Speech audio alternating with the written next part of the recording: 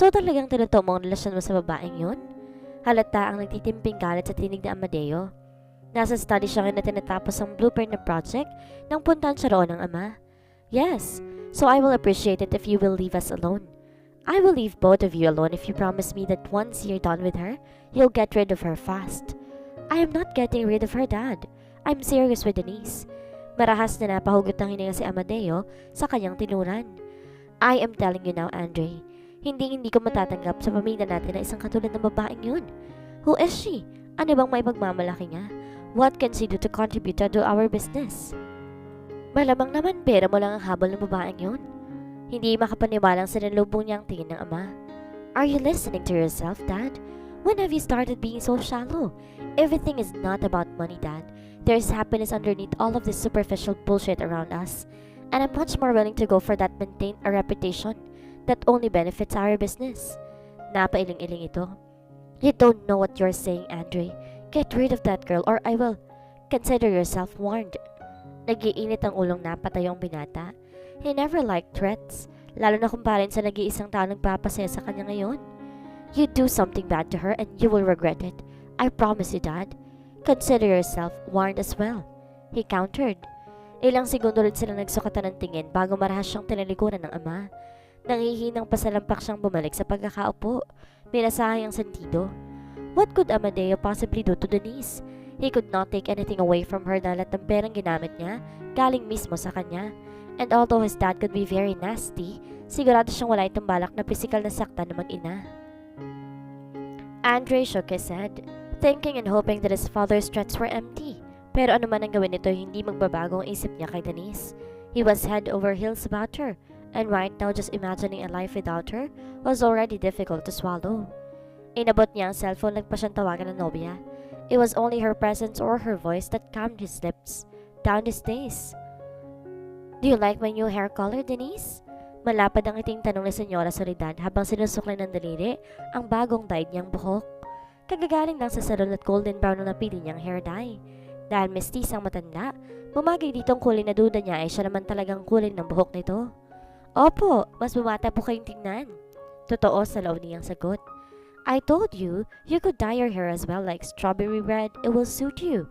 Anito, pero ayaw mo naman. Napangiti siya. Okay na po ako sa buhok ko. Oh well, you're pretty as it is. You don't need artificial colors anyway. Pahag nitong pumasok na ng sasakyan. Pabalik na sila ngayon sa mansyon at sa hindi mabilang na pagkakataon, tinignan din Denise ang kanyang cellphone. Pero muli lamang siya nadismaya nang walang tawag o mensaheng makita roon. Ni hindi siya nagawang sunduin ni Andre kaninang umaga. Isang text lang natanggap niya rito na nagsasabing maaga itong pupunta sa site at simula na ng construction ng project. Pero pagkatapos niyan ay wala na siyang natatanggap na anumang tawag o text. Ilang ulit na niyang sinubukan tawagan ng nobyo pero hindi rin ito sumasagot. Ayon ay umasa siyang pagdating nila sa mansyon ay naroon na to dahil pasado las 6 na. Nalibang na Senyora Soledad sa pag-iikot sa mall kanina at tumuloy nga sila sa salon. Mas lalo lamang siya nadismaya ng pagdating ng bahay, hindi makita ang sasakyan ng nobyo. Sige po, uuwi na po ako, Lola. Paalam niya sa matandang ngayon ay nakaupo na sa mahabang couch. Halatang napagod sa maghapon nilang activities. Hindi mo ba hihintayin si Andre? Taka nitong tanong. Muli nilingon niya ang wristwatch saka umiling. Hindi na po, tatawagan ko na lang po siya. Okay, papadali lang kita sa driver ko. Naku, hindi na... Nonsense! Henry, pakita si Denise sa kanila. May kalakasan itong tawag sa driver na naroon sa veranda. Opo, senyora. Kaagad naman itong sagot. Sige po, salamat. Nakatalikod siya nang bigla siya ulit itong tawagin. It's Amadeo's birthday tomorrow, Iha. Nasabi ba sa'yo ni Andre? Saglit siyang natigilan. Walang nabanggit ang nobyo tungkol doon. Pero siguro dahil alam ng lalaking hindi sila magkakasundo ng ama nito. Hindi po. He is so busy. Siguro nakalimutan niya. There will be a big party tomorrow, so malilate ka ng uwi. Tell your mother, okay? Hindi na lang po ako a-attend. Hindi naman po nabanggit ni Andre at saka hindi alam niya kung ano sasabihin. Alam niya na hindi gugustuhin ng matandang lalaki na makita siya sa party nito. I am the one inviting you. Have you got a dress? No? Don't worry about it. We'll go shopping tomorrow morning. Lola, atubili niyang tawag dito. Kakausapin ko na lang po muna si Andre tungkol sa party. Baka po kasi... Denise, may otoridad ng sabi nito sa kanya. My son and my grandson may act like they're the king of this household, pero nasa akin pa rin ang final decision ng lahat. So don't mind them. I am the one inviting you. Besides, I am sure that Amadeo will just be inviting his work colleagues, and I would not have anyone else beside me. So I need you there, so please come, okay? Wala na siyang nagawa kundi mapatango. Sige po, mauna na po ako. See you tomorrow, apo. Pagkapasok ni Denise sa sasakyan, kagad niyang hinagilap ang cellphone upang muling tawagan si Andre. Pero napabuntong hinilalamang siya nang hindi ulit ito sumagot. Balak sana niyang dumaan sa tindahan pero nawala na siya ng gana kaya pinadiretso na lamang niya ang driver sa bago nilang bahay. Kagad siyang napakunot noon na makitang may sasakyang nakaparada mismo sa tapat ng kanilang gate. Mabilis siya nagpasalamat sa driver at bumaba. Curious saglit niyang pinagmasdan ng fully tinted na kotse bago tinahak ang kanilang pinto. Pero muli siyang napalingon sa sakyan nang bumukas iyon. Lumabas ang isang napakagandang babae. Nangingintablatan ang kulay ng balat nito at naka-loose ponytail. Kaya may ilang hibla ng itim na itim nitong buhok ang bumagsak sa makinis itong leeg. Halatang hindi taga San Sebastian ang estranghera. Nakasuot ito ng malaking sunglasses at puting tank top. Pinaresan nito iyon ng simpleng pantalon, pero napakataas ng heels ng sandals ito. You must be Denise. Anitong binaba ang sunglasses at nakita niyang may pagkatsinitang babae. Hindi rin maalis sa kanyang paghanga sa nakapasosyal nitong ganda. My, you're quite a pretty one, aren't you? Anitong nakataas ng kila na sinusuri ang kanyang kabuuan. Sino ka? Tanong na niya. Nancy Tan. Taas noon itong sagot. Alam ni Denise na narinig niya ang pangalang iyon, hindi lang niya maalala kung saan. You probably don't know me, but I'm Andre's fiancé. Sa narinig ng lamig ang kanyang dugo, ramdam niya ang tila masakit na pagdali niyon sa kanyang dibdib. Tama, Nancy, naalala na niya. Itong kausap ni Andy nung nalinunan siya nitong may kausap sa telepono. Minsan nasa hardin siya. Alam niyang dobe ito ng binata noon dahil sa parang ng pakikipag-usap dito ng lalaki. Don't be shocked. Tila tinatama nitong sagot. Di mo naman talaga siguro inisip na seryoso sa yung boyfriend ko, no? I mean, you are a house help. For God's sake, a gullible house help with a pretty face. Kahit sino pag-iinteresan ka, but don't mistake it for love. Andrew is just using you habang nandito siya sa Pilipinas. Men need women, you know? So I understand him. Lalo't ngayon lang kami nagkahiwalay ng ganito katagal. Sabi niya, break na kayo. Lito niyang sabi. Nakakalokan tumawang babae. You silly girl. Of course he would say that. How else can he get in your pants kung hindi siya magsisinungaling? But to be honest though, sa tingin ko, hindi na kailangan ni Andre ang magsinungaling sa'yo. Dahil sigurado naman akong papayag ka maging kabit. I mean, Andre is a very handsome man. Not to mention filthy rich. And look at your house. Ano itong iminuwestra ang bagong bahay? He bought that for you, didn't he? Kunwa ay pamalatak ito. Typical mistress. Pretty soon he'll get you a car too. Jewelry, dresses, but there's one thing that he will never give you. Alam mo kung ano yun? Itinaas itong kaliwang kamay at kuminang doon ang malaking diamanting sa palasingsingan nito. An engagement ring, darling. Marahas na napahugot ang hininga sa Denise. Pilit naghanap ng rason ng isip para hindi paniwalaan ang sinasabi ng kaharap. Ni minsan hindi niya pinagdudahan ng pagtingin sa kanya ni Andre. Ramdam niya ang pag-alala at pagpapahalaga nito sa kanya, sa kanyang ina. Hindi ako naniniwala sa iyo at wala kang magagawa para sirain mo kaming dalawa. Suit yourself, but that's me at you one thing. Where is he now? Hindi ba dapat siyang naghatid sa'yo pa uwi? At di ba sinusundo ka niya sa umaga? I'm sorry about that, but he was too tired this morning to get up. Kaya hindi ka niya nasundo. We were up all night catching up, if you know what I mean. Ramdam ni Denise ang pag-iinit ng kanyang mga mata. Napakalakas ang tibok ng kanyang puso ngayon at ang hihina ng kanyang mga tuhod. Pinaghalong galit at sama ng loob ang nararamdaman niya sa mga sandaling iyon.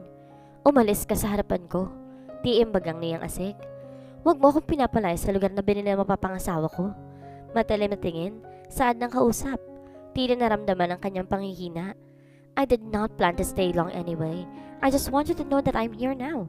Kaya huwag ka nang umasang pag-aaksayan ka pa ng oras ni Andre. We were busy planning all day for Tito Amadeo's party tomorrow. Kaya hindi na siya nagka-oras ay dispatcha ka. Tomorrow we will officially announce our engagement. So I suggest huwag ka na mag-abalang pumunta ng mansyon. I'll be the one keeping Grant's company while I'm here. So needless to say, hindi ka na kailangan doon. Bago pa man makita ni Nancy ang pag-agos ng kanyang luha, marahas na itong tinalikuran ni Denise. Parang may namasong kanyang dibdib sa sobrang sakit. Yes, Denise? Habol pa rin ito. Run away and never come back, filthy bitch. Nang oras na makapasok sa loob ng bahay, tuloy na siyang napakagulhol. Nagalo-halo ang sakit na kanyang nararamdaman. It all made her sense to her now. Kung bakit minsan di sinabi ni Andre na mahal siya nito. Kung bakit minsan di dito nabanggit na plano para sa kanilang dalawa. Kung saan pa patungo ang kanilang relasyon. Alam niyang babalik din sa Amerika pagkatapos ng proyekto. Pero ni minsan hindi nabanggit ng lalaki kung ano mangyayari sa kanila sa pag-alis nito. Napailing siya at marahas na pinahid ang luha. Pakiramdam ni Denise napakatanga niya. Napakadali niyang napaniwala na tapos na relasyon ni Andre at ni Nancy. Katulad ng sinabi ng babae, malamang na sinabi lang yun ng binata para tuloy niyang ibigay ang sarili dito. Muli siyang napakagulhol. Sa pagkakataong to dahil sa relasyon siya lamang ang nagmamahal sa lalaki. Ito na ang hinihintay niyang pagkakagising mula sa napakagandang panaginip. Pisikal na pangailangan lang ang nagtulak kay Andre para suyuin siya at wala nang mas malalim pang dahilan. Ilang beses siyang huminga ng malalim upang kalmahin ang sarili. Hindi siya dapat umiyak ng ganito. Magiging maayos din ang lahat. Magagawa rin niyang kalimutan si Andre. Bago matapos ang buwan, babalik na siya sa eskwela. Nakapag-enroll na siya at masabuting doon na lamang niya ibuhos ang lahat ng atensyon. Inikot niya ang paningin sa paligid ng bagong bahay. Bago marahas na tumayo at nagsimulang mag-impake ng mga gamit nilang mag-ama. Wala nang saysay na manatili pa sila sa bahay na yun. Nagmadaling bumaba si Andre na sasakyan. Dumiretso sa bagong bahay ni Denise. But he felt his blood run cold when he tried to open the door. It was locked. It was eerily quiet too. Malakas siyang kumutok at nang wala pa rin marinig, ginamit na ng sariling susi para buksan ang pinto. And he suddenly felt a punch in his gut na makita ang loob ng bahay. All the furniture was still there except for the photo frame and everything else that Denise and her mother owned personally. Napatingin siya sa side table at lalo nag-init ang kanyang ulo na makita rin ang cellphone na binili niya para sa nobya. Nancy arrived yesterday at sinadjust siya sa project site. After that brief and awkward encounter, nagpasalamat siyang hindi ginawang malaking issue ni Nancy ang kanilang breakup. She appeared to be okay and was just looking forward to the party. Pagkaalis nito ay gusto niyang tawagan si Denise para ipaalam kagad dito ang presensya ng dating nobya. He thought it was better to tell her immediately para hindi na magkaroon ng problema. But he was not able to locate his phone although he clearly remembered bringing it with him. Hindi rin niya nito nagawang puntahan dahil tinadtad siya ng samaan ng trabaho. There were massive equipment deliveries in the site and Amadeo also scheduled a meeting with their chosen construction firm. Minadali niya ang lahat ng yon pero inabutan pa rin siya ng gabi. He went home to clean up, planning to see Denise afterwards pero naabutan siya ni Nancy na halatang lasing. She was miserably asking for him to take her back. Kahit papaano naawa siya sa dating nobya. She was not a bad girlfriend. At di nito kasalanang wala na siyang nararamdaman na pagmamahal para dito. But seeing the empty house right now, a suspicion bubbled up his mind. Mabilis siyang bumalik ng sasakyan at tinumbok ang dating bahay ng mga Hilario, hoping against hope na naroon ang nobya.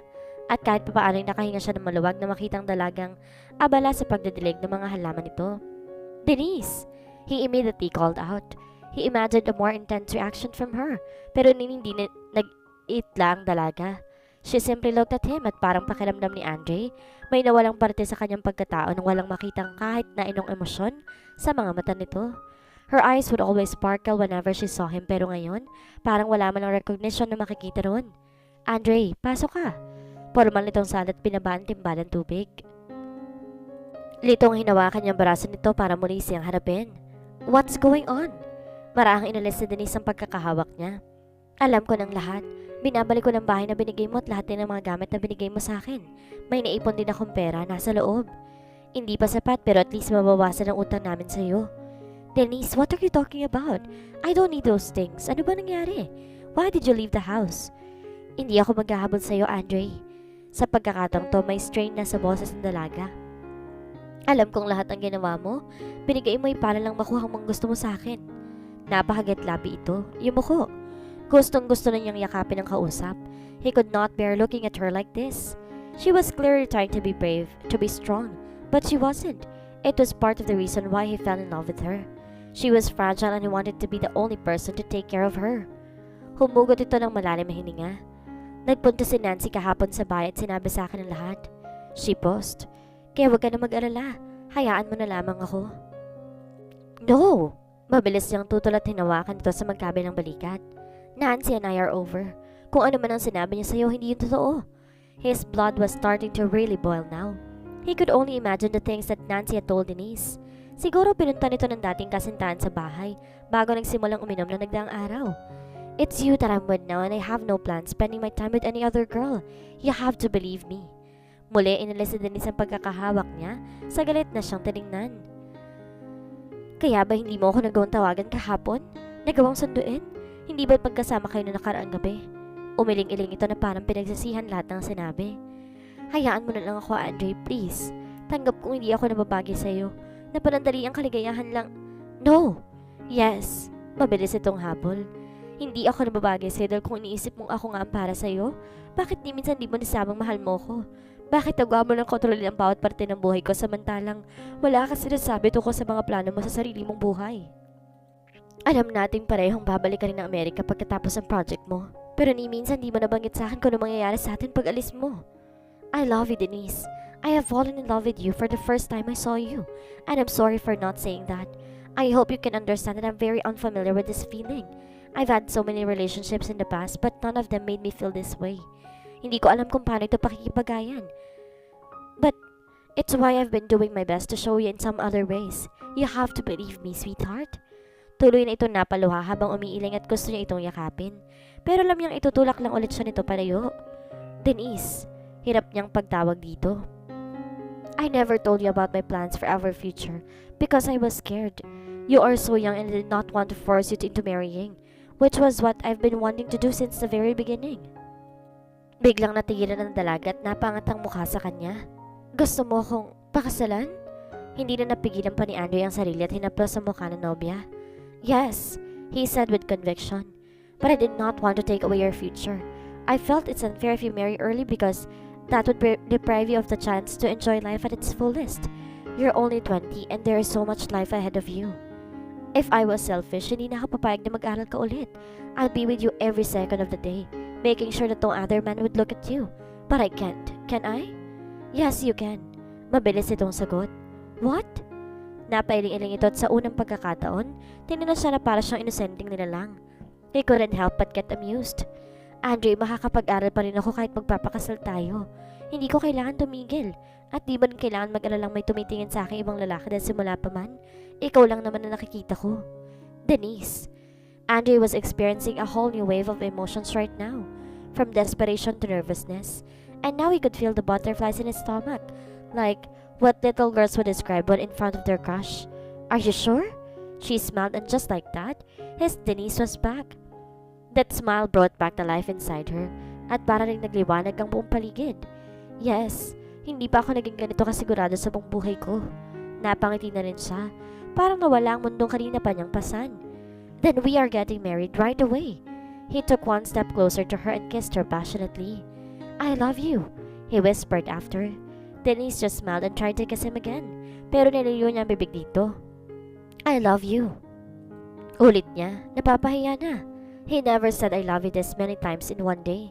Pili itong umiti at tumango. Alam ko. Napatiimbagang siya. Hindi natutuwa sa pambibitin sa kanya ng nobya. Tell me you love me or I'll pull out your flowers. Napalakak ito. I love you too. Bully. He was a bully but he did not care. He was happy. Muli niya itong hinalikan. Samantala, halos sumabog ang dibdib ni sa kaligayahang nadarama. So it wasn't a dream after all. Andre was really hers. Niyakap niya ang mga braso sa leg nito upang mas malilimin pang halik, pero may biglang pumasok sa kanyang isip. Kagyat niyang inalayo ang bibig sa nobyo. What? Taka nitong tanong at muli siyang hinalikan, pero mabilis siya nakaiwas. Paano si Nancy? At papaano papa mo? Ngumiti si Andre. We'll see them in a little while and tell them about our engagement. Nancy would be upset but she can do nothing. At alam mo ba ang totoo? Pagpapanggap lang pinapakita ang pagmamahal sa akin ni Nancy. Pinagbantan siya ng kanyang dading pahirapan ito ang tunay na nobyo ni Nancy. Walang magagawa si Nancy dahil mayamang taong kanilang pamilya at isang mahirap lang kanyang nobyo. At ang totoo pa niyan, buntis si Nancy ngayon. Palihim sila nagkikita ni Tyrone. Nakiusap si Nancy sa akin tulungan ko raw siyang kausapin ng dading niya. Laking tuwa ni Nancy nang pumayag ako makipag-iwalay sa kanya dahil magagamit niyang dahilan yun para matigil ang engagement namin. And as for Dad, alam kong siya nagplano ng pag-uwi at panggugulo ni Nancy. So I'm sure that if I confront him, he will feel bad and would leave us alone. Pero birthday niya ngayon, hindi mo siya dapat kumprontahin. Don't worry, I have a gift for him too. Ano yun? My decision to stay for good in the Philippines to help him out with the business, like he always wanted me to. And if I tell him na ikaw ang rason niyon, he won't be able to do anything but to love you. Nakangisi nitong pagtatapos. Malawak siyang umiti at niyakap ang binata. Tuloy ang nawalang anumang pag-aalala sa dibdib niya. Napuno na lamang iyon ng kaligayahan at excitement. Muli pa niyang hinalikan ng nobyo. Gusto mo bang pumasok? Pila niyang tanong dito pagkatapos. Wala rito si nanay. Nangislap ang mga mata ni Andre. Tila nababasa ang kanyang iniisip. I thought you'd never ask. Sagot ito at halos satakin siya papasok sa kanilang maliit na bahay. Diretso sa kanyang kwarto. And it wasn't long before they were catching their breaths, loving each other with every last bit of their strength. At dito na po nagtatapos ang maikling kwentong pag-ibig ni Denise at Andre. Hanggang sa muli. Salamat po!